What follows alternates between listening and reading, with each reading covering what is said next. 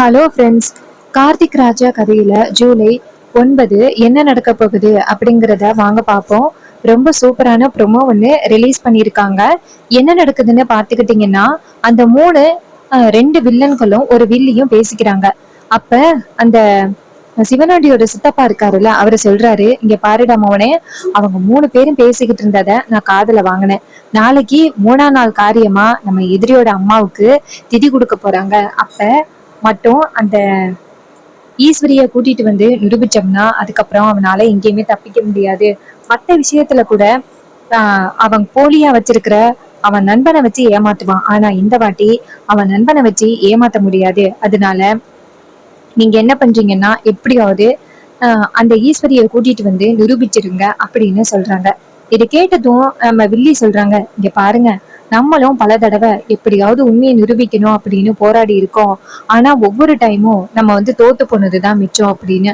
அதுக்கு வில்லன் சொல்றாரு, இங்க பாருமா, இந்த வாட்டி நம்ம தான் ஜெயிப்போம். ஏன்னா திதி கொடுக்க போறது அவனோட அம்மாவுக்கு. அவன் தான் கண்டிப்பா அந்த இடத்துல வந்து நிக்கணும்.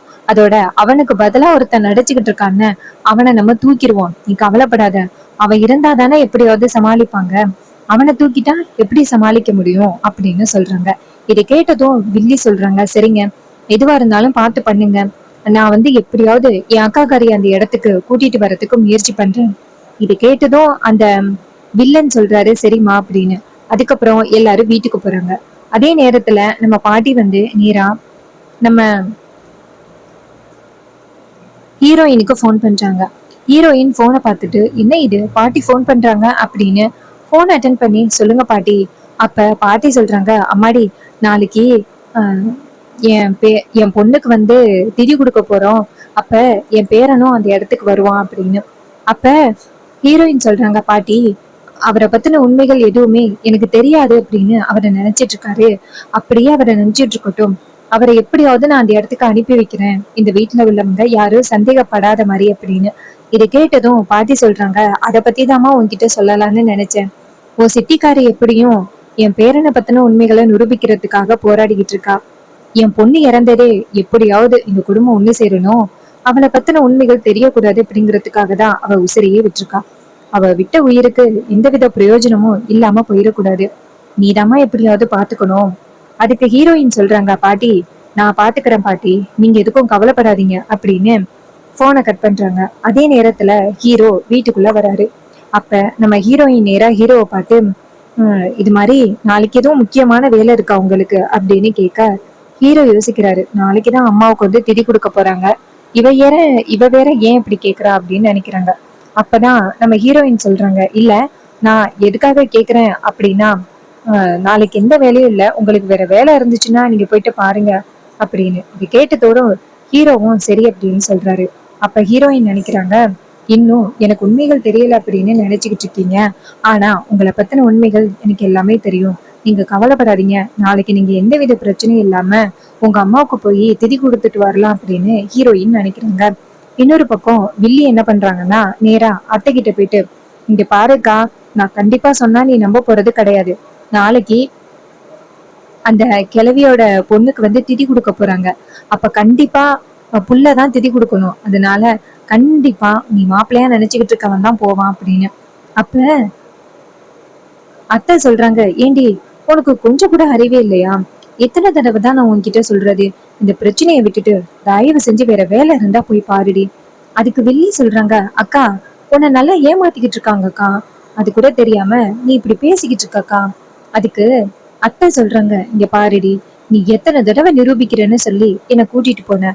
ஒவ்வொரு முறையும் யாரடி அசிங்கப்பட்டது? நீ தானே அசிங்கப்பட்டுக்கிட்டு இருக்க. ஒவ்வொரு முறையும் உன்னால நிரூபிக்கவே முடியல. ஏன்னா அங்க அப்படிங்கிற ஒரு விஷயமே நடக்கல. நீ தேவையில்லாம நடந்துச்சுன்னு சொல்லி என்னை கூட்டிட்டு போற. இங்க பாருடி, இதோட இந்த பிரச்சனையை விடு, அதான் உனக்கு நல்லது. அதுக்கு வில்லி சொல்றாங்க, இல்லக்கா, இது ஒரே ஒரு டைம், தங்கச்சிக்காக நீ வரணும்க்கா.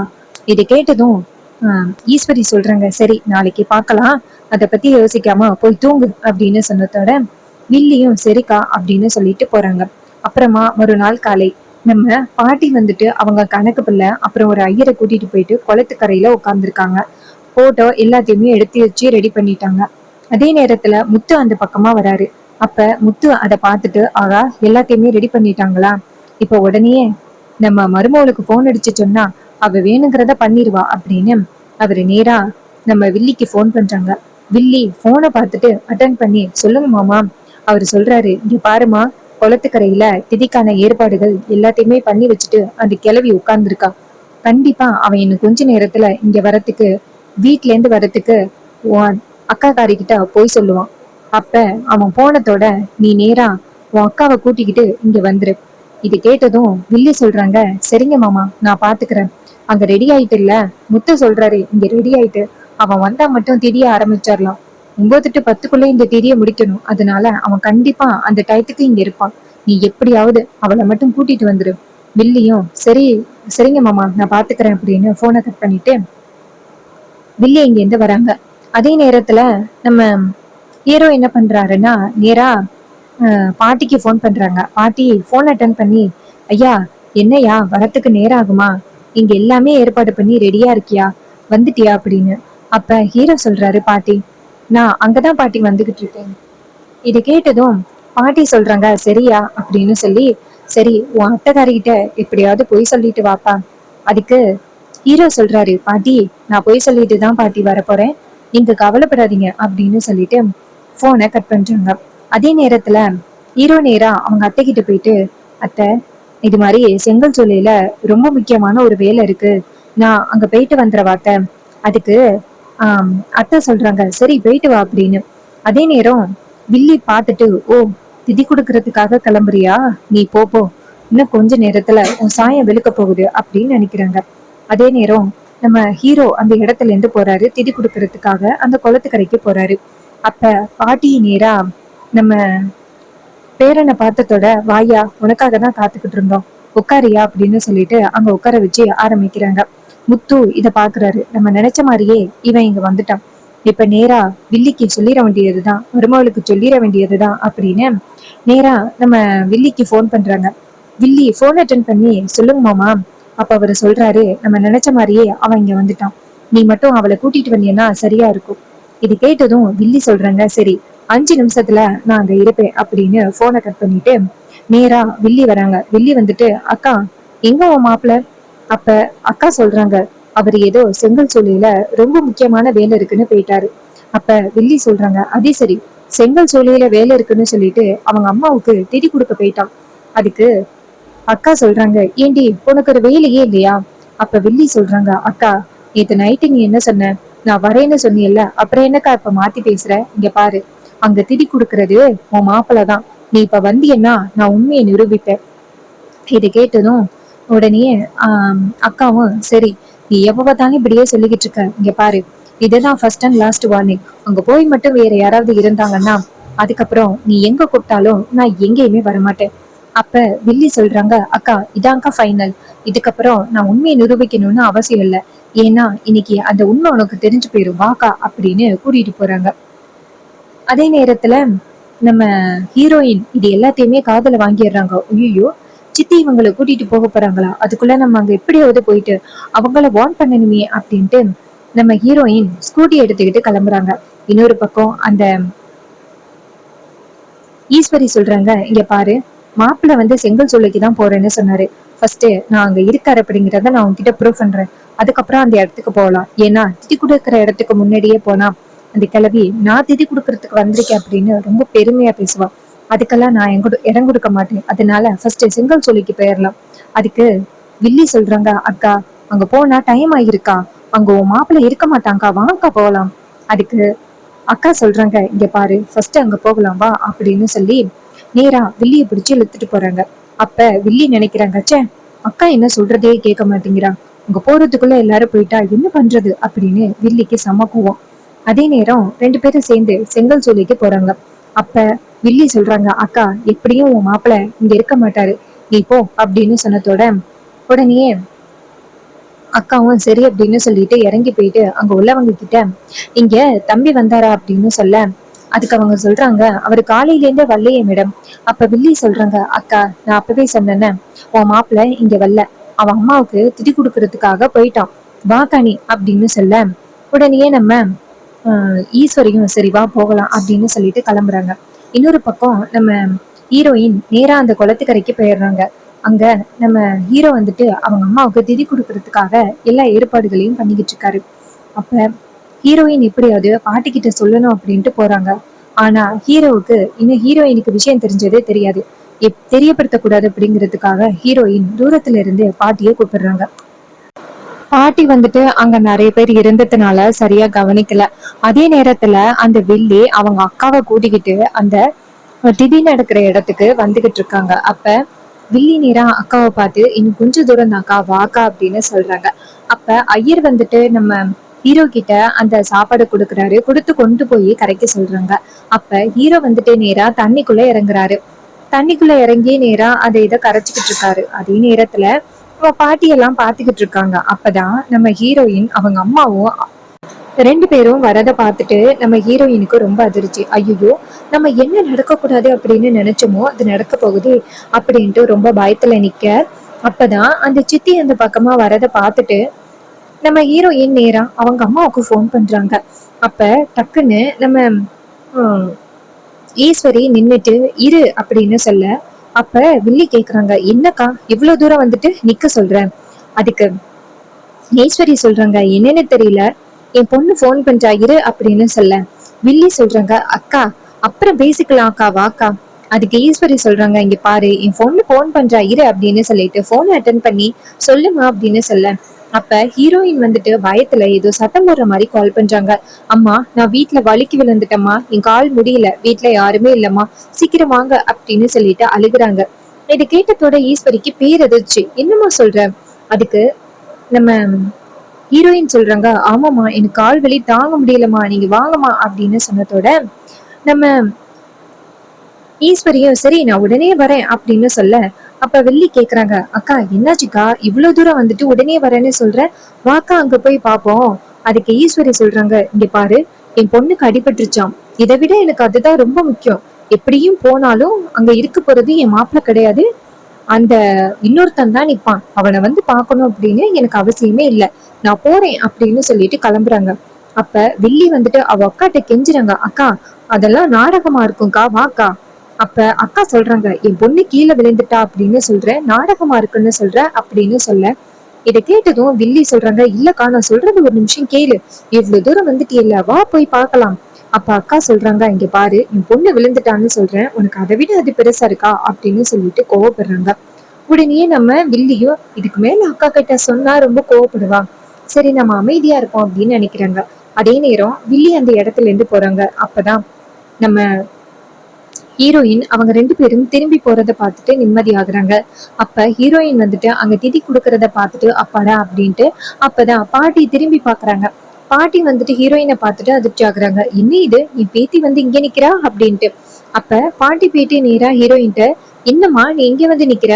அப்ப ஹீரோயின் சொல்றாங்க, பாட்டி அம்மாவும் சித்தியும் இந்த இடத்துக்கு வந்துட்டாங்க, சித்தி அம்மாவை கூட்டிக்கிட்டு வந்துட்டாங்க தெரியுமா, சோ எப்படியாவது காப்பாத்தணும் அப்படின்னு நினைச்சு இங்க வந்தேன், அதே மாதிரி அவங்கள வந்துட்டு டைவர்ட் பண்ணிட்டேன், நான் கீழே விழுந்துட்டேன்னு சொல்லி வீட்டுக்கு வர சொன்னேன், அதனால நான் இப்ப வீட்டுல இருக்கணும் பாட்டி, நீங்க கவலைப்படாம இந்த திதியை முடிச்சுட்டு என் புருஷனை அனுப்பி வைங்க அப்படின்னு சொன்னதோட பாட்டியும் சரிம்மா அப்படின்னு சொல்ல, நம்ம ஹீரோயின் நேரா வீட்டுக்கு போறாங்க. அங்க போயிட்டு நேரா டக்குன்னு வலிக்கி விழுந்த மாதிரி அந்த இடத்துல சும்மா கீழே கிடக்குறாங்க. அப்பதான் நம்ம வில்லியும் அக்காவும் வராங்க. வந்து பார்த்தா ரேவதி கீழே விழுந்து கிடக்குறத பார்த்துட்டு நம்ம ஈஸ்வரி அதிர்ச்சியாகி ஓடி போய் அந்த பொண்ணை தூக்குறாங்க. தூக்கி நேரா அந்த சோஃபால உட்கார வைக்கிறாங்க. அப்ப ஈஸ்வரி கேக்குறாங்க, எப்படிமா வலிக்கு விழுந்த? அப்ப ஹீரோயின் சொல்றாங்க, கீழா ஏதோ கடந்துச்சுமா, அதை பார்க்காம நான் வலிக்கு விழுந்துட்டேமா, வீட்டுல யாருமே இல்ல. அதுக்கு வில்லி கேக்குறாங்க, வீட்டுல யாருமே இல்லையா, எல்லாரும் எங்க போனாங்க? அதுக்கு ஈஸ்வரி சொல்றாங்க, காலையிலேயே மாப்பிள்ளைக்கு ஏதோ வேலைன்னு செங்கல் சொல்லிக்கு போயிட்டாரு, அவர் கூட சேர்ந்து பெரிய மாப்பிள்ளையும் போயிட்டாரு, ரோகிணி ஏதோ ஃப்ரெண்ட பாக்கணும்னு போயிட்டா, ஸ்வாதி காலேஜ் போயிட்டா, சோ வீட்டுல யாருமே இல்ல, அவரும் ஏதோ செங்கல் சொல்லிக்கு தான் போயிட்டாரு. ஏமா என்னமா ஆச்சு உன் கால்ல? அப்ப ஹீரோயின் சொல்றாங்க, அம்மா கால் வலிக்குதுமா அப்படின்னு சொன்னதோட கால்ல மருந்து போட்டு விடுறாங்க. அப்ப வில்லி சொல்றாங்க, என்ன உண்மையாவே உனக்கு கால் வலிக்குதா? ஈஸ்வரி கோவமாகி, இங்க பாரு என் பொண்ணு வலியால துடிச்சுக்கிட்டு இருக்கா, உண்மையா கால் வலிக்குதான்னு கேக்குற. அதுக்கு நம்ம ஹீரோயின் சொல்றாங்க, விடுங்கம்மா அவங்க அப்படிதான் தொட்டதுக்கும் சந்தேகப்பட்டுக்கிட்டே இருப்பாங்க. அதே நேரம் வில்லிக்கு செம கோவம், கண்டிப்பா இதுல இவளுக்கும் ஏதோ ஒரு தொடர்பு இருக்கு. இவ இப்படி வந்து காப்பாத்துறதுக்கு ட்ரை பண்றான்னா கண்டிப்பா இவளுக்கும் ஏதோ உண்மை தெரிஞ்சிருக்கு. அதனாலதான் அவ புருஷனை காப்பாத்துறதுக்காக முயற்சி பண்றா அப்படின்னு வில்லி நினைக்கிறாங்க. இன்னொரு பக்கம் திதி கொடுத்து முடிஞ்சதோட நம்ம கார்த்திக் மேல வராரு.